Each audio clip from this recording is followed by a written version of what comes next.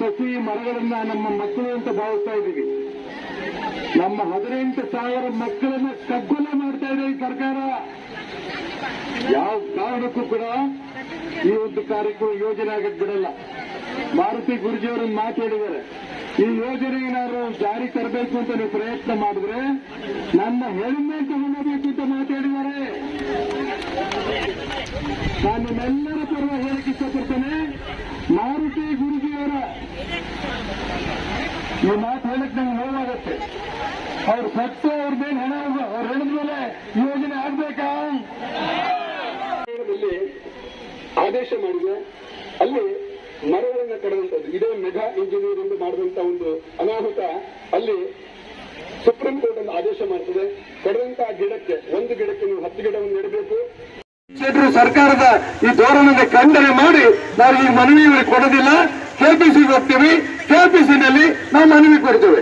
ಎಲ್ಲರೂ ಕೂಡ ನಿಮ್ಮ ಬಸ್ಗಳನ್ನು ಹತ್ತಿ ಬಸ್ಗಳಲ್ಲಿ ನೇರವಾಗಿ ಕೆಪಿಸಿ ಹೋಗೋಕ್ಕಿಂತ ಮುಂಚೆ ಸಿಗಂದೂರು ತಾಯಿ ಚೌಡೇಶ್ವರಿ ತಾಯಿಯ ನಮಸ್ಕಾರ ಮಾಡಿ ಆ ತಾಯಿ ಪ್ರಸಾದ ತಗೊಂಡು ನಾವು ಕೆಪಿಸಿ ಹೋಗೋಣ.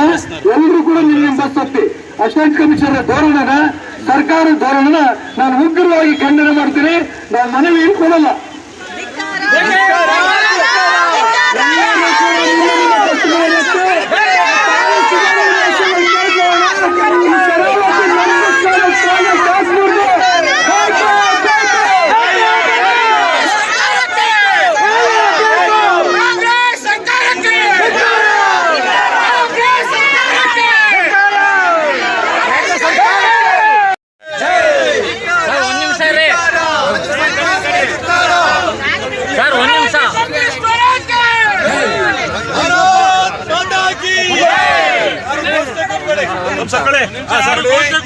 ಶಿವಮೊಗ್ಗದಿಂದ ಪರಿಸರವನ್ನು ಉಳಿಸಬೇಕು ಅಂತೇಳಿ ಶರಾವತಿ ಪಂಪ್ ಪ್ರಾಜೆಕ್ಟ್ ನಡೆಕೊಡುದು ಅಂತೇಳಿ ಮಾರುತಿ ಗುರೂಜಿಯವರ ನೇತೃತ್ವದಲ್ಲಿ ಸಾಗರದ ಈ ಸರ್ಕಲ್ ಅಲ್ಲಿ ನಾವು ಧರಣಿ ಕೂತಂತ ಸಂದರ್ಭದಲ್ಲಿ ನಾವು ಮುಂಚೆನೆ ತಿಳಿಸಿದ್ದೀವಿ ಸರ್ಕಾರಕ್ಕೆ.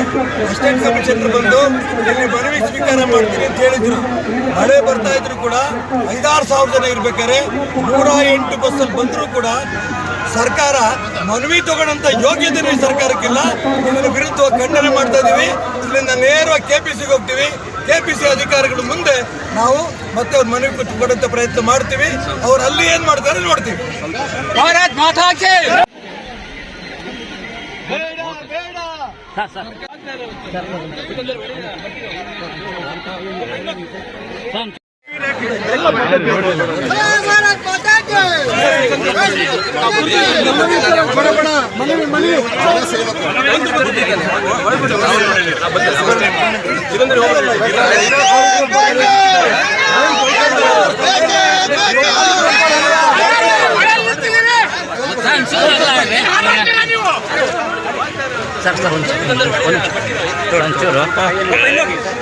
ಒಂಚೂರು ಹಿಂಗೆ ಬನ್ನಿ ಸರ್.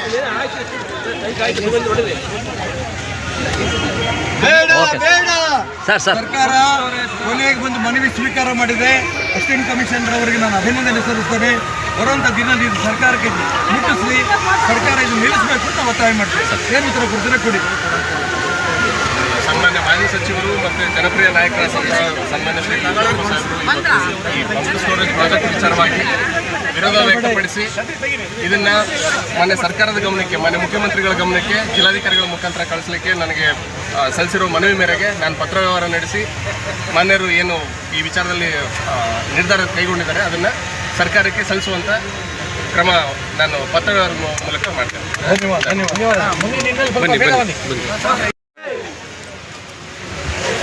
ಫಸ್ಟಿಂದ ವಿಡಿಯೋ ಇದೆ, ಕಳಿಸ್ತೀನಿ ನಾನು ಇದ್ದೆ.